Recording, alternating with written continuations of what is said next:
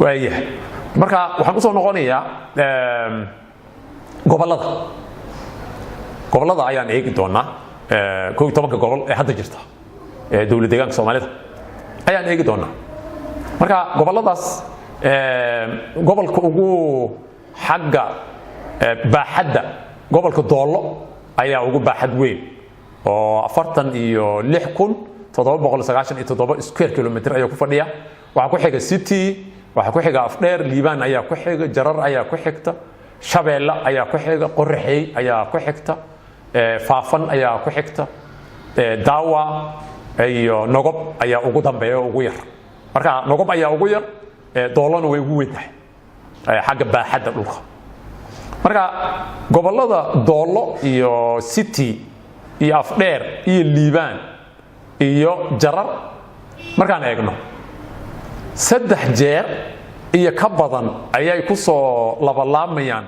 gobolka Nogob oo xagga baaxadda hadii la yiraahdo 3 jibaar ama in ka badan ayay ku soo labalaamayaan Nogob markii la fiiriyo marka xagga baaxadda halka Daawo iyo Yararna ay 2 jeer ku soo labalaamayaan waa xagga baaxadda markii la fiiriyo si ay falqayntan igu fududaata waxaan sameeyay wax la yiraahdo halbeeg ama miisaanka gobolada wax la yiraahdo ayaan sameeyay miisaanka gobolada marka wuxuu ka kooban yahay baaxadda gobolka ayaa waxaan u qaybiyay baaxadda dawlad deegaanka marka jajab ayaa ku soo baxaya isla markaasna dakhliga gobolkaas ka soo galay 2010 ayaa waxaan u qaybiyay ayadana dakhliga guud ee dawlad deegaanka ka soo galay halkaasna jajab ayaa ka soo baxaya shacabka gobolkaas degan tirkoobkii 2010 projection ma 2017 projection kaas markii la eega shacabkii gobolkaas ayaa waxaan u qaybiyay shacabka guud deegaanka taasna jajab ayaa ka soo baxay saddex jajab ayaan isku geeyay marka maadaama jajab ahaan isku darmi kara halkaas ayaa marka waxaan yiri waa miisaanka gobolkaas uu leeyahay marka taas ayaa miisaanka gobolka ayaa niri marka miisaankaas gobolka markaan aan raacno marka gobolada siday kala yihiin haddii marka aan qaadano Liibaan gobolka la yiraahdo Liibaan haddaan ku jimayna gobolada kale oo macnaheedu yahay gobolka Liibaan dakhligiisa iyo shacabkiisa iyo baaxadiisa aagilehba haddaan gobol ka dhigno tusaalahan oo Liibaan aan ku jimayna de gobolada maxaa dhacaya waxa dhacaya gobolka ugu weyn macnaha oo Faafan gobolkaas yaani baaxad ahaan ugu weyn laakiin shacabka waxa uu maartay weynku ku keenaya oo macnaha xagga miisaanka markii la fiiriyo ama halbeegan miisaanka gobolka aan dhahnay markii la fiiriyo asaga ugu weynaanayo shacabka ayaan u sababay baaxadiisa ma weyna macnaha Faafan wuxuu noqonayaa 1.1 ayuu noqonayaa oo Liibaan oo macnaha 1.1 ayuu noqonayaa oo Liibaan u dhigma macnaha 1.1 oo Liibaan u dhigma Nogobna wuxuu noqonayaa 1.3 0.3 of Liibaan ayuu noqonayaa marka gobol walba macnaha sida aan ku dhuftay marka baqaalkan cid akhrisata gobol walba markii Liibaan lagu jimeeyay waxa ka soo baxaya way ku qoran tahay marka labadaas gobol ayaa tusaalahaan soo qaatay Faafan iyo Nogob laakiin marka waxa kaloon marka eegaynaa Faafan City Liibaan haddii marka aan ku salayno de sida hadda aan sheegayno macnaha Liibaan haddaan ku salayno markii Liibaan lagu jimeeyo wadarta gobolada waxay noqon doonaan 8 gobol baa ka soo baxaysa haddana waa 11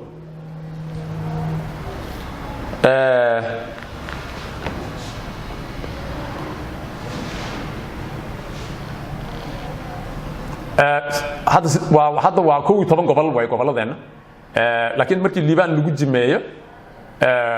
wuxuu noqon doonaa yaani oo Liibaan aan mid walba ku salayno 8 gobol oo kaliya ayaa noo soo baxaysa dhanka kale haddii aan goboladeena ku jimayno Nogob gobol waliba imise gobol baa ka soo baxaysa haddii baaxadda Nogobeed iyo shacabka Nogob iyo dakhliga Nogob in aagi haystaba aan gobol ka dhigna imise gobol baa noo soo baxaysa waxaa noo soo baxaysa faafan iyo city iyo liibaan waxay noqonayaan 4 gobol oo mid walba oo u dhigma nogob 4 gobol ayuu mid walba noqonaya halka jarar shabeelle afdheer ay noqonayaan 3 gobol oo mid walba oo u dhigma gobolka nogob doolo qorraxay daawo iyo jarar waxay noqonayaan 2 ilaa 2 bar gobol oo mid walba oo nogob u dhigmo ay noqonayaan marka hadaan wadadaas marna gobolada markaas waxay noqon doonaan 31 gobol ayaa ka soo baxaysa deegaanka hadii kasta oo nogob yaani la mid ahba aan gobol ka dhigno 31 gobol ayaa soo baxaysa dhanka kale hadii nogob lagu jimeeyo gobolada mid waliba imise degma ayaa ka soo baxaysa nogob hadaan ku jimeeyno oo nogob lagu saleeyo shuruudihii nogob loo raaca gobolka ugu badan oo faafan waxa ka soo baxaysa 30 degma ayuu noqonaya halka gobolka city ay noqonaysa 7 liibaanna 7 afdheer 24 shabeelle 21 degma jarar 21 doolo 18 qorraxay 15 erar 13 iyo nogob oo ayada 7deedii joogaysa maadaama ayada lagu jimeeyay wax walba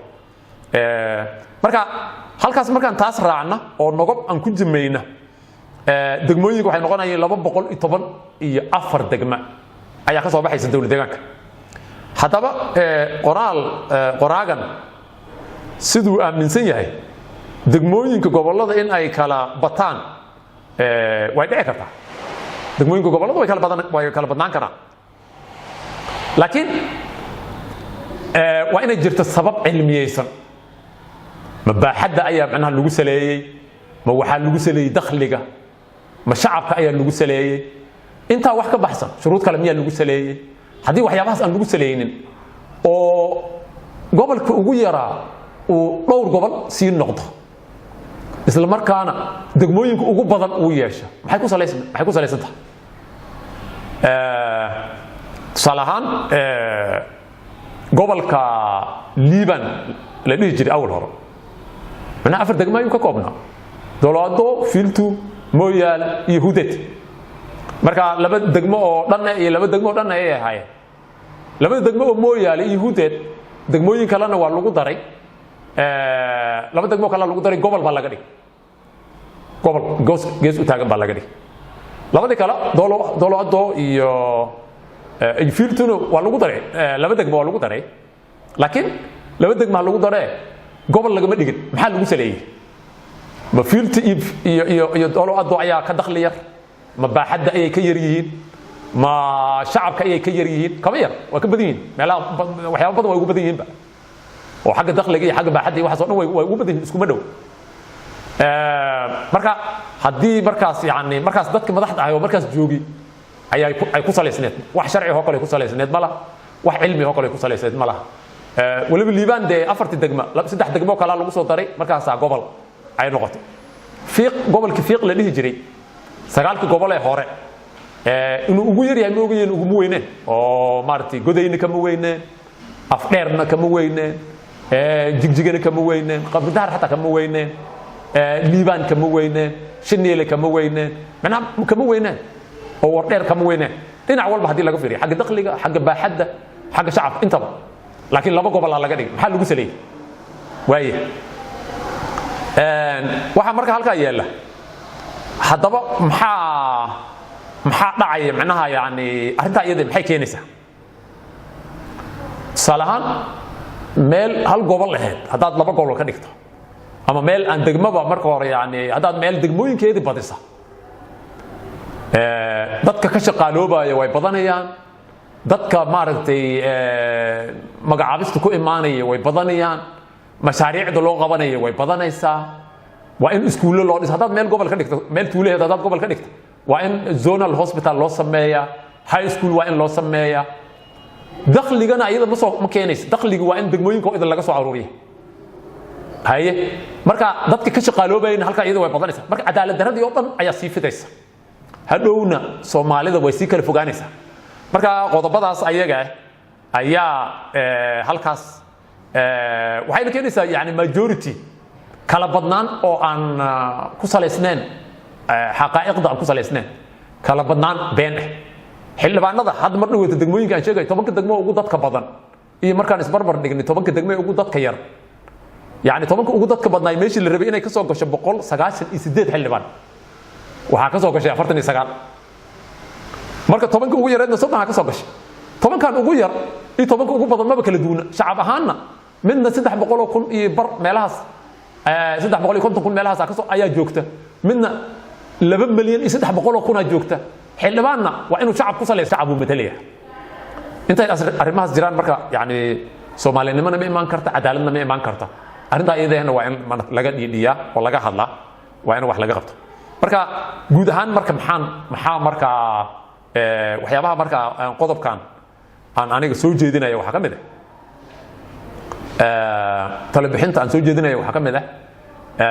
arintan inay socoto ma aha waliba khaasatan doorashooyinka hadda soo socdo inta aan la gaarin ka hor waa in wax laga qabto marka aniga waxaan soo jeedinayaa marka hore in shuruudo loo sameeyo oo dawladda hadda jirta ururada siyaasadda shacabka odayaasha waxgaradka aqoon-yahanka waxaan oo dhan in la iskaashado oo maxaa qabale maxaa noqon kara shuruudda qabaleeda maxay tahay shacabka laga rabo iyo dakhliga looga baahan yahay ibaaxadeeda muxuu noqonayaa degmooyin meesha degmo noqonaysa shuruudda looga baahan yahay maxay tahay meesha gobol laga dhigayo shuruudda looga baahan yahay maxay tahay shuruudahaas waa in la isla gartaa marka hore oo markii la isla garanayana annaga reer hebel waxa saan la siiyay iyo waxaas ma noqon karto shuruudda taa qasaaro bay noo keenaysaa يعني اللي waxaan hadhow horumar baa lagu saleeynaya يعني shuruudahaas waa inay cilmi ku saleysan yihiin tusaalahan haddii meel degmo laga dhigayo shacab waa inay leedahay dakhli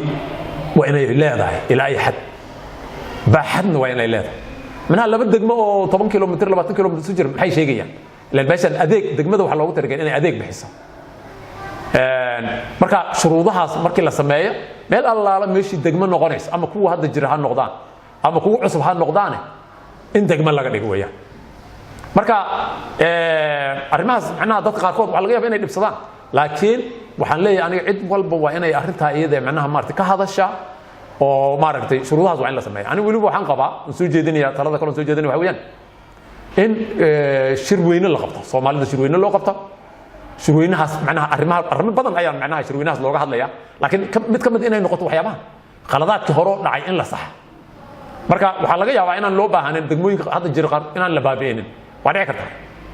oo de maaragtay waa dhici kartaa laakiin meel allaala meeshii degmo u qalanta waa in degmo laga dhigo aniga shakhsi ahaan mustaf ahaan degmooyin fara badan in la iska sameeyo يعني متى جرسني علميا ما أنفعش لكن هذه عد أي دقمة إسكا سميستي أو بين أو وحبان كجرين لسمي أو شغالة بدن لوجو سميني أو مارت مشاريع فرق بدن لوجو سميني أو ضد بدن أو معمول اللي سميني كو كلنا معناه إن لو سمي حق يلا هذه بخلط معناه يعني مارت وسعوني هذه كله واحد نظام سنو علمي سن وعلى السوق ماذا مرة عرفتها إلا إلا صحوي يعني أنا مثلا يعني أو قبلية أو قصي ترن أو دقموين أو قدرن أو قبلة أو قدرن intaas waa in macnaha loo sameeyo shirweynahaas waxyaabaha looga hadlayo marka in qodobadaas ayaa kamid kulay marka daraasado kale oo 8 qodob oo sheegayba macnaha shirweynahaas waa looga hadlaya laakiin maanta maadaama halka qodob aan ka hadlayna taas ayaan maarta soo jeedinaya mid kale dhinaca xildhibaanada doorasho hadda soo socota oo la gali raba oo ma foga xildhibaanada ninka Cabdi ahaa Cabdilay degmada ugu dadka badan iyo degmada ugu dadka yar ama dad wax joogo macna leeb ay jirin xildhibaanadooda wax isku dheerow ka dhig xildhibaanna waa in lagu sameeyaa shacabka xildhibaanka wax kale ma waa in shacabka lagu saleeyaa taas iyadana macnaha waa in la saxaa doorashada intaan la gaarin ka hor waxyaabaha kale aan macnaha soo jeedinay waxa kamid ah asal ahaanba dawlad deegaanka Soomaalida baarlamaanka imise ruux baan ka dhiganaynaa waa in go'aan laga gaaro ma 300 buu noo noqonayaa ma 400 baan ka dhiganaynaa ma 100 baan ka dhiganaynaa ma 200 baan ka dhiganaynaa waa in la go'aamiyo marka hore oo xildhibaanada hadda macnaha federaalka Itoobiya xildhibaanada waa go'an yahay waa wax go'an waa la gooyay lama badin karo shacabka haduu batay iyo hadii kaleba lama badinay annagana waa inaan go'aaminaa imise xildhibaan ayaan ka dhiganaynaa baarlamaankeena taas markii la go'aamiyo kadib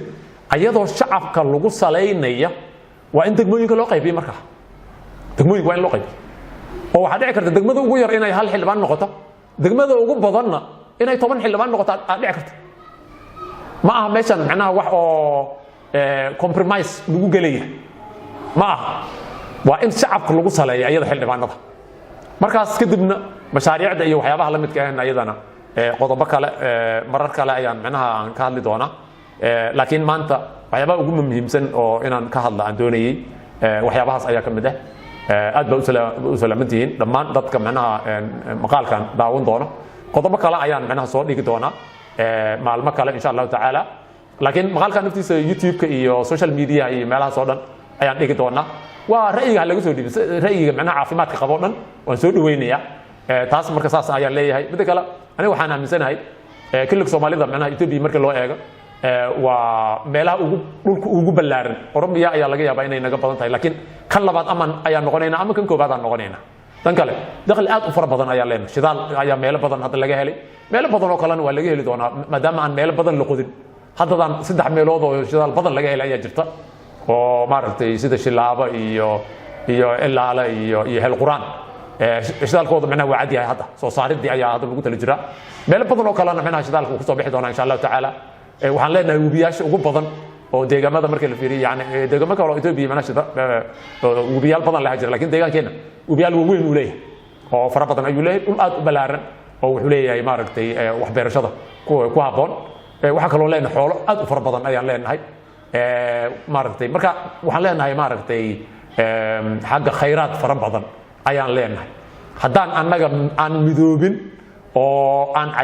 midnimadan waxay ku imaadaysaa cadaalad ayay ku imaadaysaa ma aha in macnaha Soomaalinimada aan raacana la yiraahdo waxna la kala booba taas Soomaalinimo kuma imaanaysa waa been waxaas macnaha qofka Soomaalinimada aan raacan waxaan aan isku dayna dhahayo laakiin haddana wax boobaya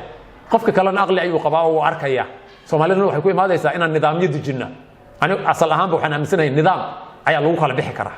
oo macnaha nidaamkaas ayaa dadka dejinaya maxaa hadda qabyaalada nafteedu maalin baan ka hadli doonaa laakiin qabyaalada waxa keenaya maanta maba laga maarmaba qabyaalada sababtan lagu maarmo ayadii ayaa dadku isku ilaalinayeen oo nafka dooneen haddii cadaalad nidaam cadaalad sugaya la helo maxaa laga raadinaya qabiil waxba kuma qabanayo waxba kama rabtid marka nidaamyo waa inaan dejinaa nidaamyadaas waxa kamid ah degmooyinkiiba hadii la kala boobay oo hadhow shaqaalihii lagu badsanay oo mashaariicda lagu badsanay wixina ay dawladda haddana ay wax ka qabanin marka Soomaalinimo imaadaysa hadba nin walba markuu madax noqdo ayuu marka degmo inuu badsado isku dayay hadda salahan degmooyinka dadka gudoomiyaasha laga dhiga oo ilaa iyo hadda markaan fiirina 20 iyo dhowrkii sano soo dhaafniba ruux walba markii madax la dhigay ama qabalay buu badsanaya ama wax kale uu sameynaya horta qabalayadu waa la badsanaya marka arrimaha si looga baxa waa in xeer nidaamyo la dejiyo oo ruuxa madaxda meel uu ka mar aan lahayn in la dejiyo ayaan aaminsanahay aniga maqaalkan marka talooyinka ay dad soo jeediyaan waa arki doona qodobada kale oo mar dhaweeyta aan soo sheegayna marar kale ayaan ka hadli doona salaamu calaykum wa rahmatullaahi wa barakaatuh